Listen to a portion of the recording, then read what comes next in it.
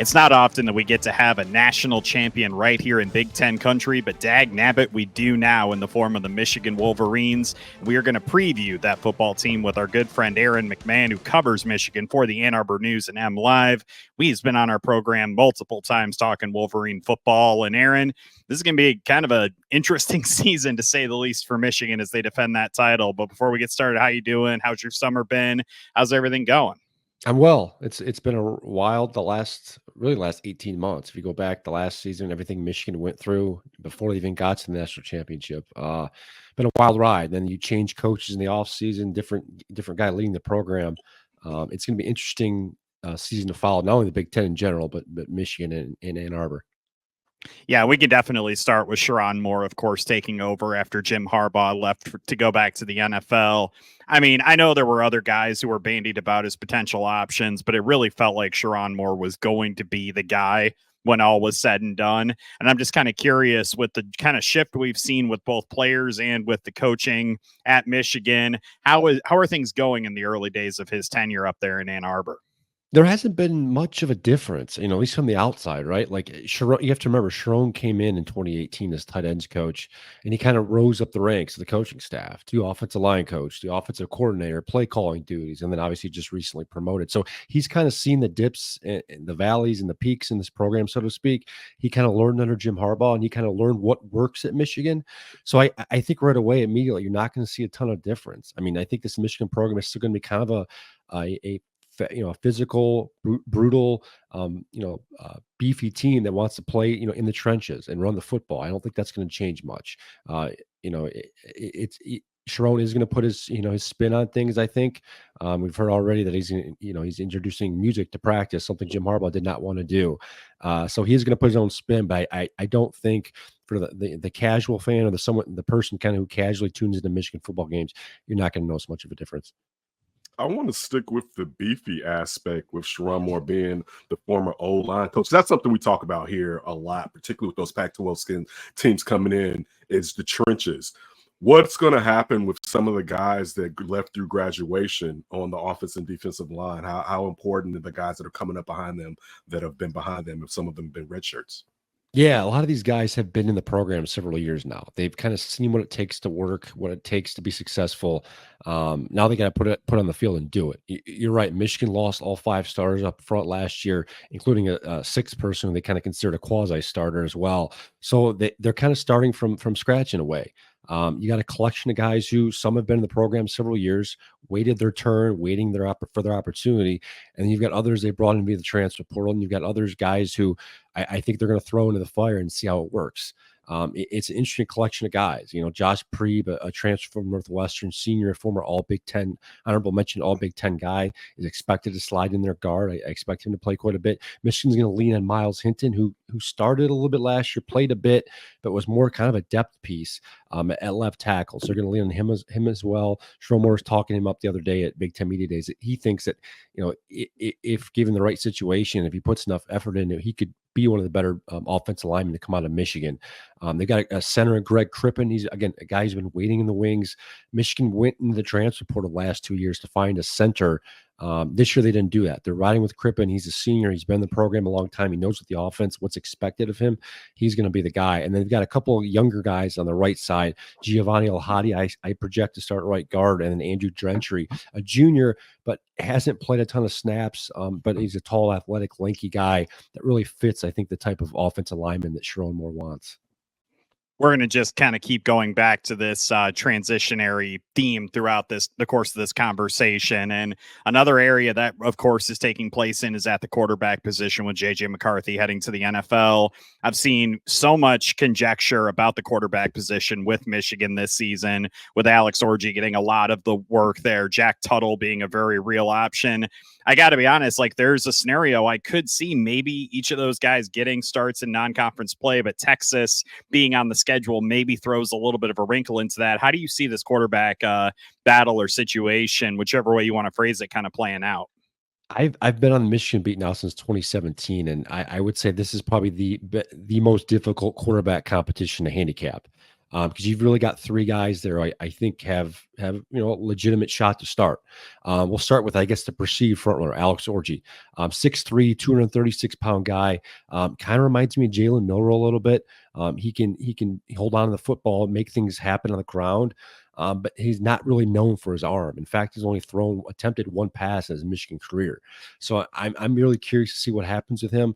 He was one of the two starters in Michigan spring game back in April. I think there are a lot of folks that believe he could potentially eventually be the starter. Then you mentioned Jack Tuttle, seventh-year guy. Was able to come back this year. NCAA granted him an additional year of eligibility after he dealt with a shoulder injury last year.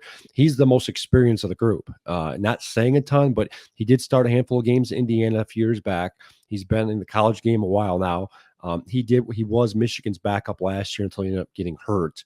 So, he's a possibility as well. And then you've got who I thought maybe was the best quarterback of the bunch in the spring game, at least, and that was Davis Warren, former walk-on. He's got a decent arm. He's a little undersized, which I think probably hurts him in that regard, but he can sling the football around. So Michigan's working with essentially three guys going into fall camp. Any one of them could effectively be starters.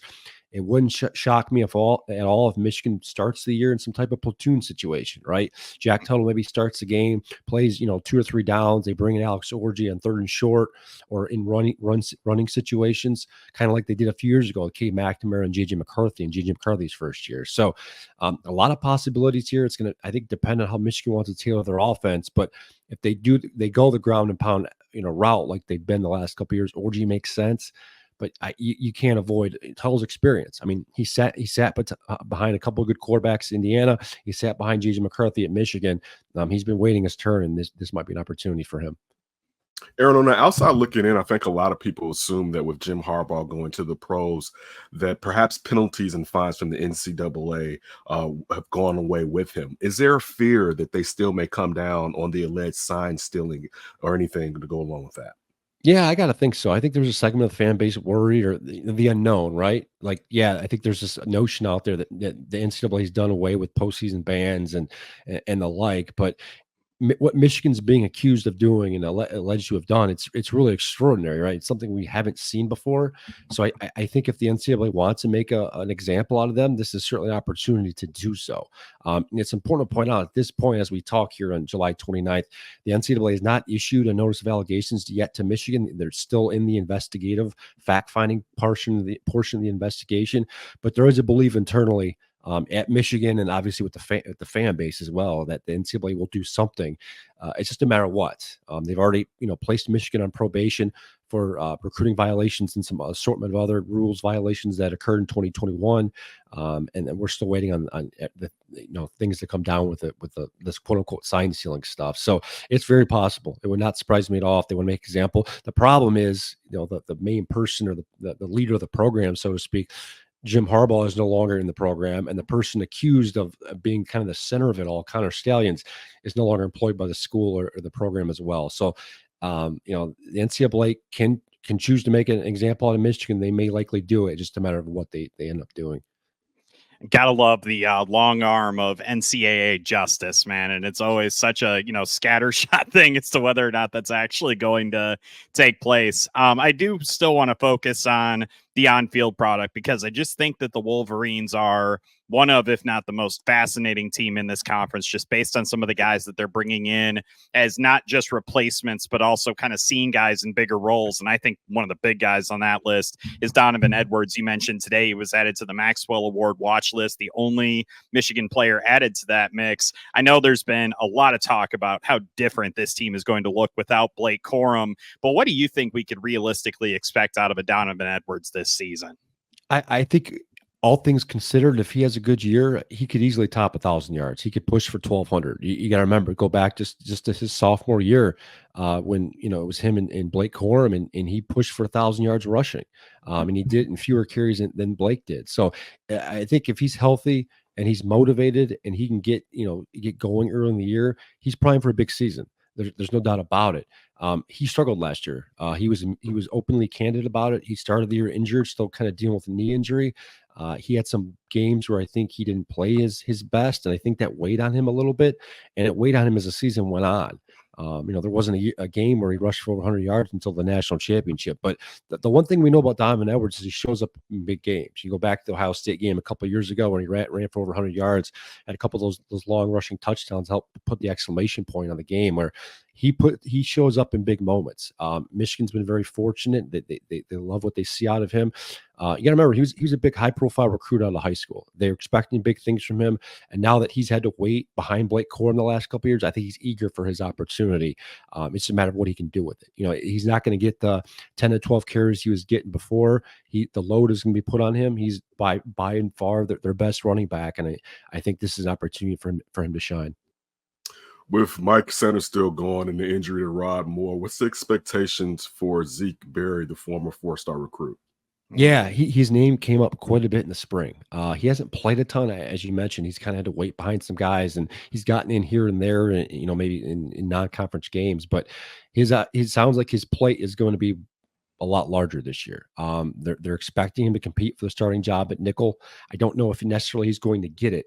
They brought in 4 defensive backs from the transfer portal this offseason, all with starting experience at various levels of the football game. So I got to think some of those guys may push for some snaps there. But I think one of the reasons why Michigan was so good last year, especially on the defensive side of the ball, was the depth they had, not only the secondary, but up front and over the middle. And so I think they're going to lean on a handful of guys there to play. They're unafraid about using 5-man backfields. In fact, I'd expect that quite a bit this year. So with the players they have coming back, Zeke Berry included, I think they're having an opportunity. It's just a matter of whether he can be the quote unquote starter or at least work his way into the rotation. But we spoke to him in the spring as well. He's ready for the opportunity. He acknowledges he hasn't played a ton, but he's ready for his opportunity to shine. I definitely, think there's an argument to be made that Will Johnson is the best cornerback in the entire Big Ten. I think that he is just a really stellar player. And when you look at all of the changes on offense, you at least have a couple of guys on the defense that really played integral roles in that success last season. What are you just kind of looking for out of Will Johnson? I mean, I know he's won a national title, had a really good run of success at Michigan. What is there left to achieve for him as he enters this season as quite possibly the best NFL draft prospect on this team? Yeah, it's a good question because I asked him the same thing just a couple of months ago, right? Like he was a postseason All-American. He's won a national championship. He was named MVP of the game. He's a preseason, Heisman potential candidate. Like there isn't much for him left to accomplish. He's got all the championships and basically all the individual awards. Heisman Trophy possibility, but we haven't seen that happen. For a defensive player in a very long time. So I think for him, it's staying healthy, playing well, and maybe growing into a leadership role. He's a quiet kid by nature. Isn't someone who necessarily is going to speak up very much. He lets his skills kind of speak on the football field. But I think he realizes on a defense that is really loaded, I think could again be a top 5 unit in the country. There aren't a ton of leadership voices, and I think Will could be that type of guy this year. He's been around the program a while now. This is his 3rd year. He started all 3 years. He knows what's expected of him. And I think for him, it's just kind of taking the charge and leading the mantle by the lancel, so to speak. With J.J. McCarthy leaving, and we know that there's quarterback unrest as Michigan figures out who's going to be the starter, what would you say perhaps are the weaknesses or strengths of this team compared to last year's team? Yeah, definitely the offensive side of the ball. I think the lack of skill players, not only at quarterback, at receiver. They've got some interesting slot guys who have some speed, but haven't played a ton, haven't been leaned on a bunch. In previous years, especially last year, like JJ had grown so much at the quarterback position, but you saw an emerging Roman Wilson at receiver, someone that can lean on in big plays. He had an explosive nature about himself. They have some of that, but it's just not nearly as much as you would hope. So this offense is going to, I think, get off to a slow start. The quarterback situation, I think, is probably going to determine whether they are a playoff contender or not, because I think this defense is very good. The defense is going to keep them in games for a while. It's just a matter of how well the offense can do. Can they move the football? Can they make the big play when they have to? Can the quarterback, convert on 3rd and long, whatever the case may be? Because if you go back to the numbers last year, J.J. McCarthy was excellent on 3rd and long, whether it was throwing the football or breaking out and running the football himself. And that's, I think, an acquired talent, right? It's acknowledging the situation, reading defenses, and having the ability to do it. This current crop of quarterbacks, they just don't have anybody, at least from my perspective, that's maybe there yet. So quarterback is, I think, going to determine whether this team is legit or not. I think the preseason win total will sit at 9.5. It sounds about right.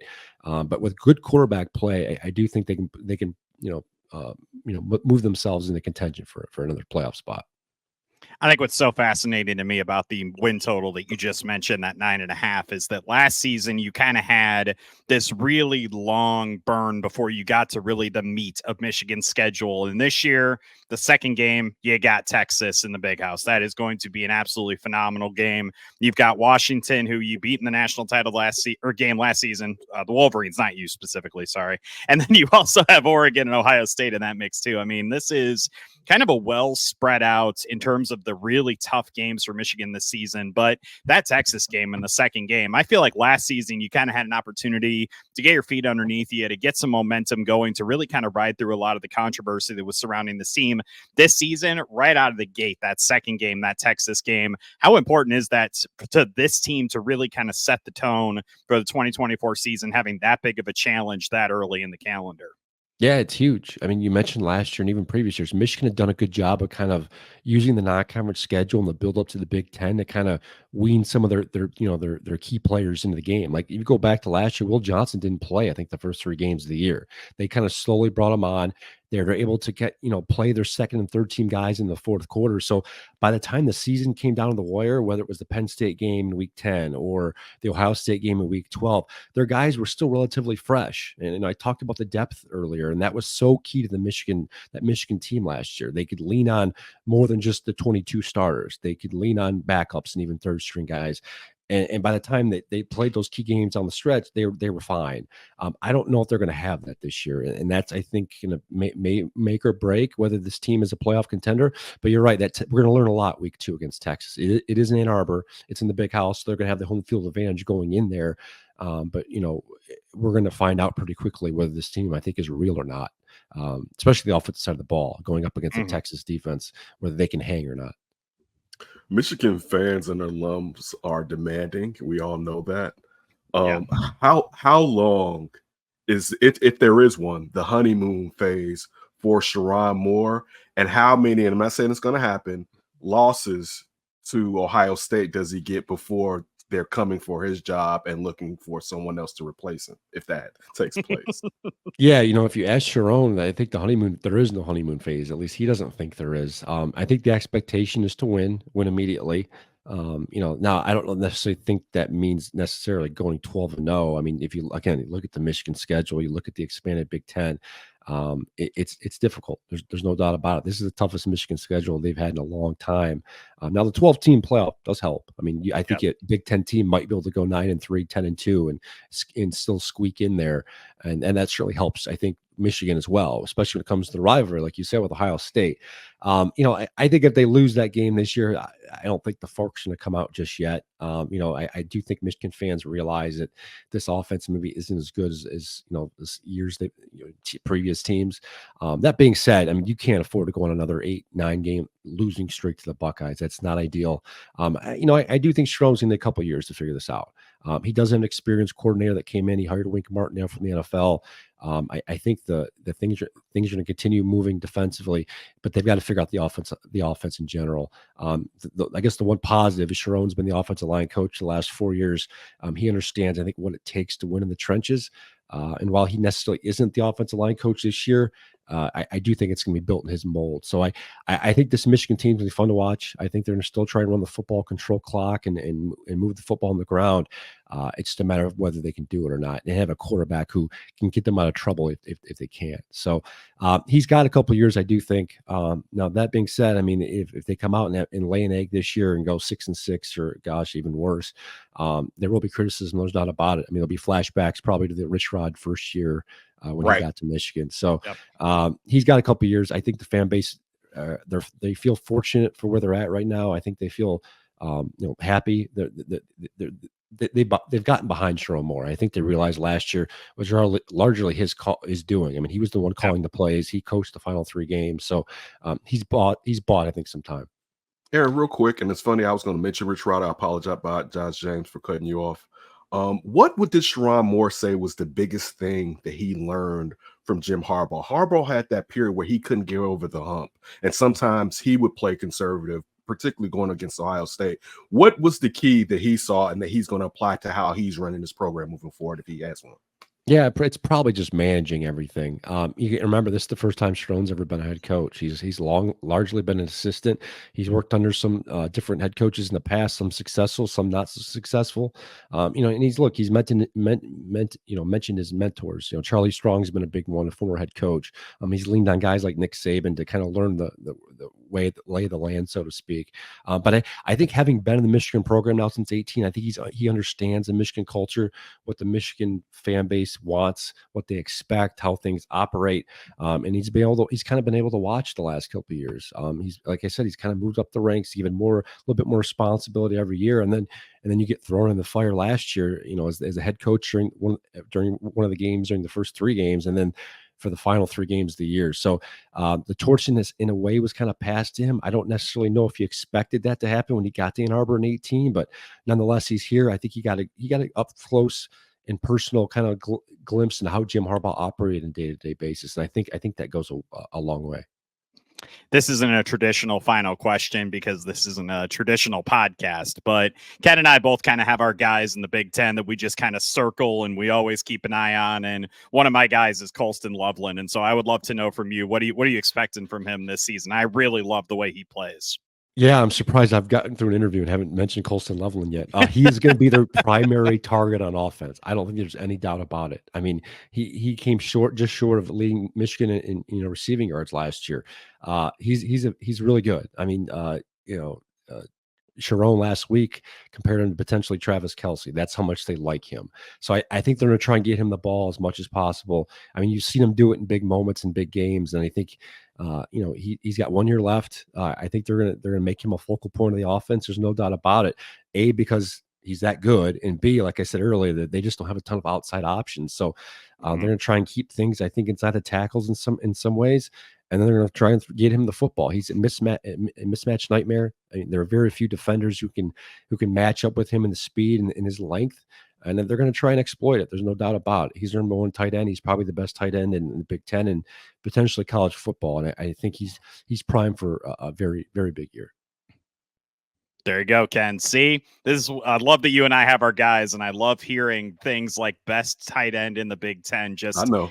Very good to hear that. All right, Aaron, we're going to let you get out of here. Thank you so much for indulging our nonsense, but more importantly, expanding our understanding of what's going on up there in Ann Arbor. Really looking forward to watching the Wolverines this season. So many big games on the calendar. One would have to imagine that you're going to be invited back onto this podcast at least 3, 4, 5 times, however many times you'll indulge our silliness. Thank you so much for coming on, man. Yeah, no problem, guys. Thanks for having me.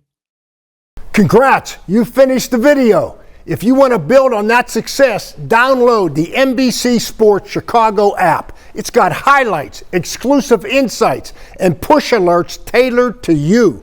Everything you need to be a real Chicago sports fan. Download it now.